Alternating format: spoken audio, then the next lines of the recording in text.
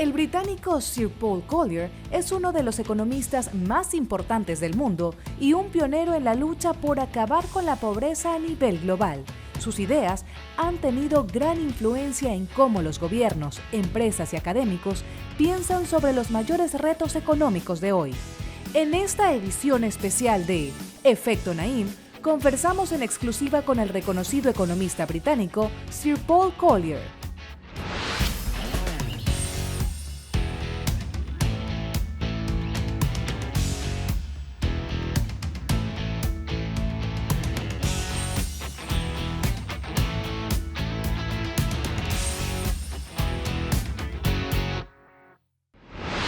Bienvenidos, soy Moisés Naim desde Washington, encantado de estar de nuevo con ustedes, como siempre. Hoy tengo un programa muy especial con un invitado muy especial.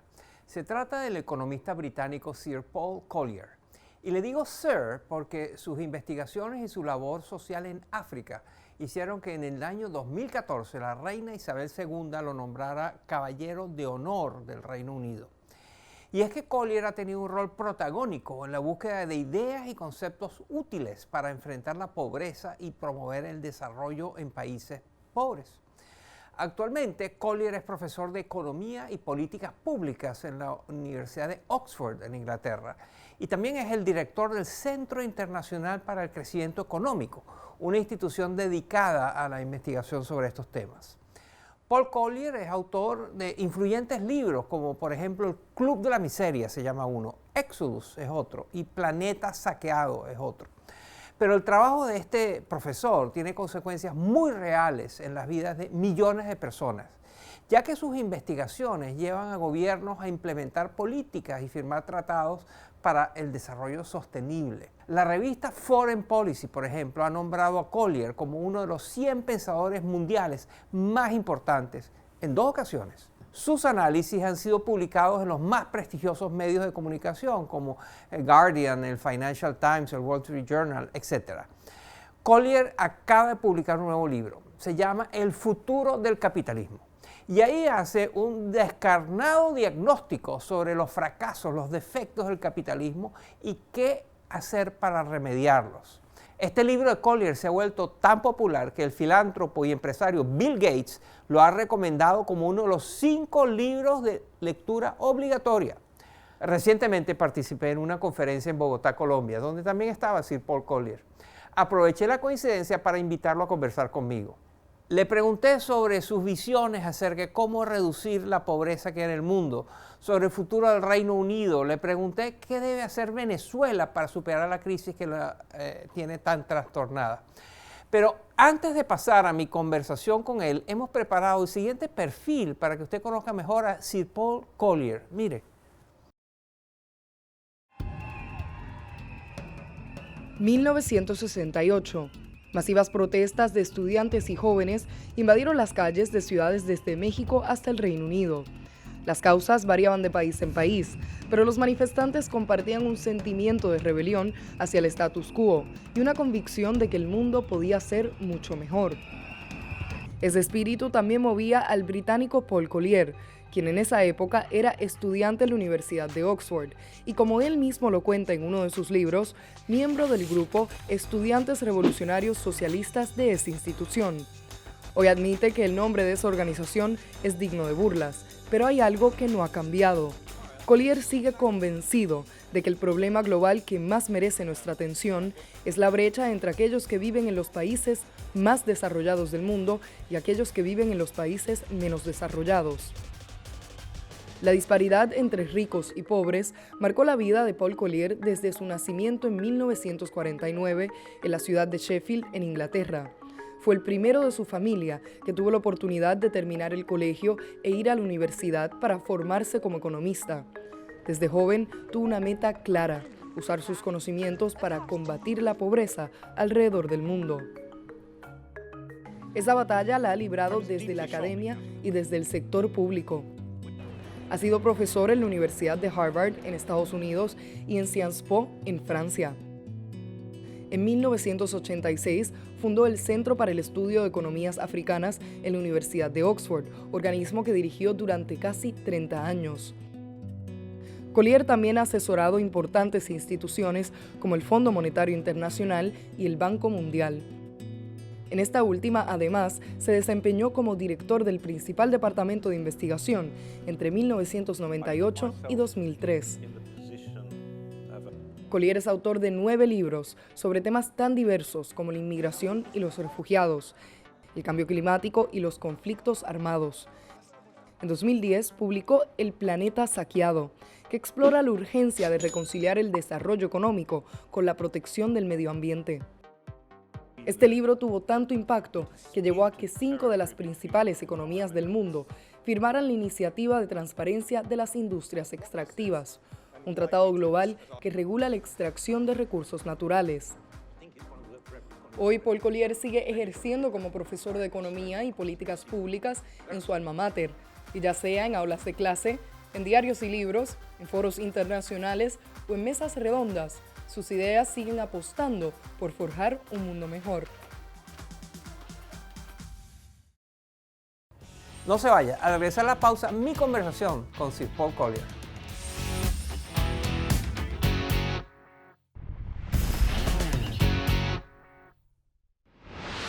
Y continuamos con esta edición especial de Efecto Naim con Sir Paul Collier, uno de los economistas más reconocidos del mundo y un pionero en la lucha por un mundo más equitativo, menos pobre. A continuación, mi conversación con él. Miren.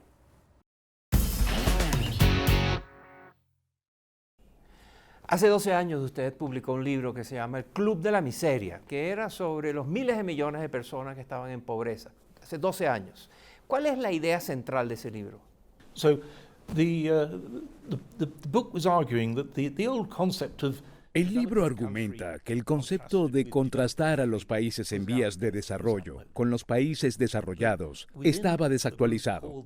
Dentro del grupo de los llamados países en vías de desarrollo, había muchos países que eran economías emergentes, y el ingreso promedio de la población en esos países se estaba acercando muy rápidamente al ingreso promedio en países desarrollados. A menudo, esa brecha se estaba cerrando a un paso sin precedentes, como es el caso de China, pero había unos 60 países que seguían figurando en lo más bajo de la economía global. No lograban salir de la pobreza y en algunos casos se trataba de países que estaban literalmente desmoronándose y sus ingresos estaban colapsando. 12 años después de que usted publicara ese libro, ¿qué cambiaría hoy? not much. Most of these poor countries No mucho. La mayoría de esos países pobres no han logrado avanzar, y eso es sorprendente, porque tuvieron una década de oro entre 2003 y 2013, donde hubo condonación de deudas, los precios de los productos básicos aumentaron y se comenzaron a realizar nuevas exportaciones de recursos naturales. Luego llegó China a decir, pagaremos por parte de su infraestructura, solo firmen aquí. Los presidentes de estos países firmaron los contratos y obtuvieron nuevos aeropuertos, estadios o a veces carreteras o vías de tren. Pero después de la crisis financiera global, el mundo se vio inundado con capital. De modo que estos países pudieron volver a recibir préstamos y ahora tienen deudas enormes. Así que a pesar de todas esas cosas maravillosas que ocurrieron entre 2003 y 2013, estos países todavía están muy lejos de las economías emergentes. ¿Qué pasó con la pobreza en esos 60 países que se quedaron rezagados? So the absolute level of poverty usually fell. El nivel absoluto de pobreza bajó, pero ese no es un buen indicador para una sociedad global. Sobre todo si los ingresos de una población se mantienen constantes a medida que los del resto del mundo aumentan. Los ingresos en estos 60 países típicamente aumentaron en porcentajes más bajos que en los países a los que les estaba yendo mejor. Entonces la brecha de ingresos entre países ricos y pobres se expandió mucho. Y ahora acaba de publicar un libro que se llama El futuro del capitalismo, que es una crítica muy severa del capitalismo. ¿Cuáles son los 3 principales defectos del capitalismo? Bueno, el capitalismo es el único sistema que ha demostrado ser capaz de aumentar los estándares de vida. Así que al final no soy anticapitalista. Pero si dejas que el capitalismo funcione por sí solo, eventualmente se descarrila. Y desde 1980, el capitalismo ha generado diferencias extremas dentro y entre las sociedades. Una de esas diferencias es la brecha entre la metrópolis o la ciudad más grande de un país y todas las demás ciudades como consecuencia de la globalización. Por ejemplo, yo me crié en la ciudad de Sheffield, que era un centro global para el acero. Pero cuando Asia comenzó a crecer, la dinámica de la industria del acero cambió rápidamente. En un periodo de 5 años, Sheffield colapsó y nunca logró recuperarse. De modo que en Inglaterra vemos una brecha entre ciudades provinciales como Sheffield y metrópolis como Londres, que sí ha crecido. Y esto ha sucedido en la mayoría de los países pertenecientes a la Organización de Cooperación y Desarrollo Económicos. La segunda brecha es una educativa, entre los mejor educados, que desarrollaron habilidades sofisticadas, y los menos educados, que invirtieron en habilidades manuales que han perdido valor en la sociedad. Y la tercera brecha, que es consecuencia de las primeras dos, es un aumento en la desigualdad de ingresos.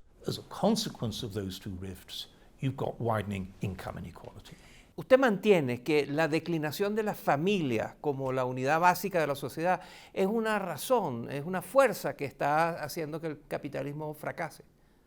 Yes, I see a healthy society as a dense web of mutual obligations. Sí, yo estimo que una sociedad saludable es una densa red de obligaciones mutuas, y uno de los vehículos clave para esas obligaciones mutuas es la familia. Ha habido un gran desvío en los últimos 40 años hacia el individualismo. Celebramos la libertad de la persona adulta, pero los seres humanos no nacemos libres. Nacemos completamente dependientes. Cuando somos bebés y niños pequeños, somos absolutamente dependientes de las obligaciones familiares, y la familia ha visto un fuerte declive. De modo que el triunfo del individualismo ha pisoteado tanto a los dependientes más jóvenes como a los dependientes mayores. Es decir, los adultos de mediana edad han reducido sus obligaciones hasta los más jóvenes y hacia los más viejos. ¿Y qué hacer?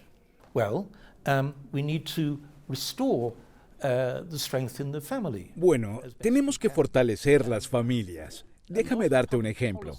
El apoyo a las familias por parte del Estado se supone que debe ayudar a las familias jóvenes que están en problemas. Las parejas se casan temprano, tienen un par de niños y es muy estresante. Pero el trabajo social en Reino Unido ha sido diseñado para supervisar, monitorear y disciplinar a las familias, y no para apoyarlas. Los trabajadores sociales pasan un 86% de su tiempo administrando este sistema de monitoreo, en lugar de pasar tiempo con las familias. Y cuando sí pasan tiempo con la familia, usan ese tiempo para recolectar la data que alimenta su sistema de monitoreo. Lo que necesitamos es desprender por completo el apoyo a las familias de ese sistema. Fortalecer la familia es una de las soluciones que usted propone. ¿Cuáles otras? Después de la familia, la otra entidad que es absolutamente crucial para la sociedad es la empresa privada.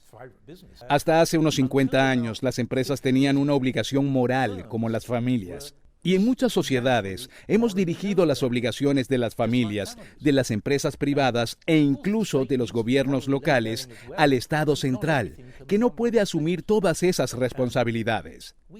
Y de hecho, en mis interacciones con empresas, encontré que los empresarios no quieren que el único propósito de su negocio sea generar ingresos para sus accionistas, sino que quieren tener un propósito mayor. Y debemos darles la libertad para que cumplan con ese propósito.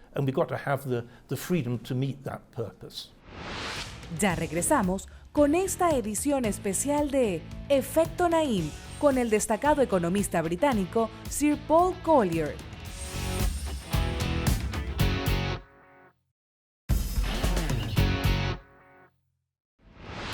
Continuamos con esta edición especial de Efecto Naim con Sir Paul Collier. Y ahora quiero cambiar de tema para hablar de dos países en crisis. El Reino Unido, su país, y Venezuela, mi país. Déjeme comenzar con el Reino Unido. Ustedes tienen una crisis de gobernabilidad terrible, hay un debate, la sociedad está profundamente dividida. Cuéntenos, ¿qué pasó? Obviously, that Brexit vote was a mutiny. Obviamente el voto del Brexit fue un motín, pero no fue un motín contra Bruselas, que es el centro administrativo de la Unión Europea. Fue un motín contra Londres. En Inglaterra y Gales, todas las regiones fuera de Londres votaron a favor del Brexit. ¿Y qué es lo que estas personas tienen en contra de Londres? Precisamente dos brechas que han sido particularmente extremas en Reino Unido. Los jóvenes más educados e inteligentes se han mudado a Londres y les ha ido muy bien, pero ha habido un abandono sistemático del resto del país. A veces uso el ejemplo del destacado periodista Hanan Ganesh, que escribe para el diario Financial Times. Él personifica a los ciudadanos bien educados de las metrópolis. Y en una de sus columnas describió cómo veía las provincias del Reino Unido y dijo que era como estar encadenado a un cadáver. ¿Dónde está la empatía, la obligación mutua en esa frase? Yo no lo oigo. Y aquellos en las provincias tampoco. Ellos saben que están siendo despreciados y rechazados, y por eso están molestos. ¿Cuál es el futuro de Inglaterra en este sentido? ¿Va a formar parte de la Comunidad Europea o se va a salir? We've somehow got to heal these rifts. Tenemos que sanar estas diferencias, y no se sanarán con una victoria para un bando o para el otro. Un bando, por supuesto, quiere permanecer dentro de la Unión Europea y aplastar a los que apoyan el Brexit. Pero dispararle a los amotinados que apoyan al Brexit cuando representan el 52% de la población no es una estrategia realmente inclusiva. El otro bando quiere salirse de la Unión Europea. El problema es que este motín, como todos los motines, no iba acompañado de una estrategia a largo plazo. En el motín más famoso de nuestros tiempos, el motín del navío Bounty de la Marina Británica, un grupo de marineros se rebelaron porque no les estaban dando suficiente agua para tomar, pues estaban guardando el agua para unas plantas que estaban transportando.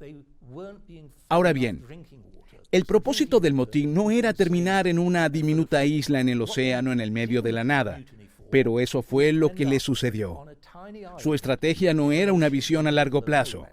El Reino Unido bien podría terminar como una diminuta isla en un gran océano, en el medio de la nada, a pesar de que eso no era lo que la gente quería.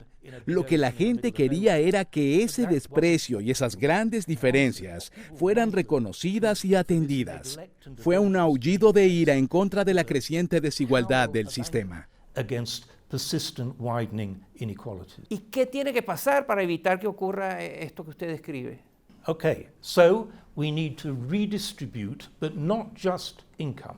Bueno, necesitamos redistribuir, pero no solo los ingresos, no solo redistribuir el consumo.